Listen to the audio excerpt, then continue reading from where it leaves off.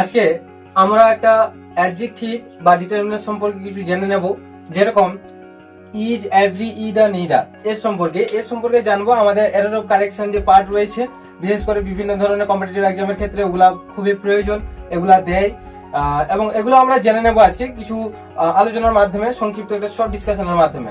তো is, every, either, neither যেখানে থাকবে তার পরের অংশটা কি হবে? নাউন হচ্ছে সিঙ্গুলার হবে এবং ভার্বও সিঙ্গুলার হবে। যেরকম এখানে দিয়ে দিয়েছি ইজ স্টুডেন্ট না স্টুডেন্টস গেটস আ প্রাইজ, সেরকম either book or books is useful. তো এর ক্ষেত্রে আমরা দেখতে পাচ্ছি ইজের ক্ষেত্রে যে স্টুডেন্ট রয়েছে সেখানে কিন্তু সিঙ্গুলার। আমি বলেছি যে ইজ, এভরি, ইদার, নিদারের ক্ষেত্রে সবসময় সিঙ্গুলার নাউন নেবে, প্লাস সিঙ্গুলার ভার্ব এখানে আমাদের নিয়েছে, প্লাস আদার পার্ট থাকবে।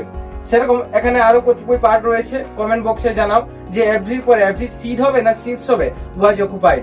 প্রত্যেকের পরে ইজ, এভরি, ইদার, নিদার এগুলোর পরে সবসময় কিন্তু কি থাকবে? সিঙ্গুলার নাউন থাকবে এবং সিঙ্গুলার ভার্ব থাকবে সেন্টেন্সে। আর একটা এখানে নোটস গুলো আলোচনা করে দেওয়া হয়েছে every plus plural adjective of number, যেরকম 2, 3, 4, 5, 6 এই ধরনের যে প্লুরাল অ্যাডজেক্টিভ অফ নাম্বার থাকলে এর ক্ষেত্রে যে নাউনটা আছে ওটা কিন্তু কি হবে? ওটা কিন্তু প্লুরাল নাউনই হবে। ওর ক্ষেত্রে যে নাউনটা আসবে ওর ক্ষেত্রে কিন্তু প্লুরাল হবে। যেরকম she takes medicine every 3 hours or 3 hour, তাহলে she takes medicine every 3 hours, কারণ এখানে 3টা যে প্লুরাল অ্যাডজেক্টিভ নাম্বার, দেড়শোই তার ক্ষেত্রে আমাদের নাউনটা রয়েছে, প্লুরাল নাউন রয়েছে।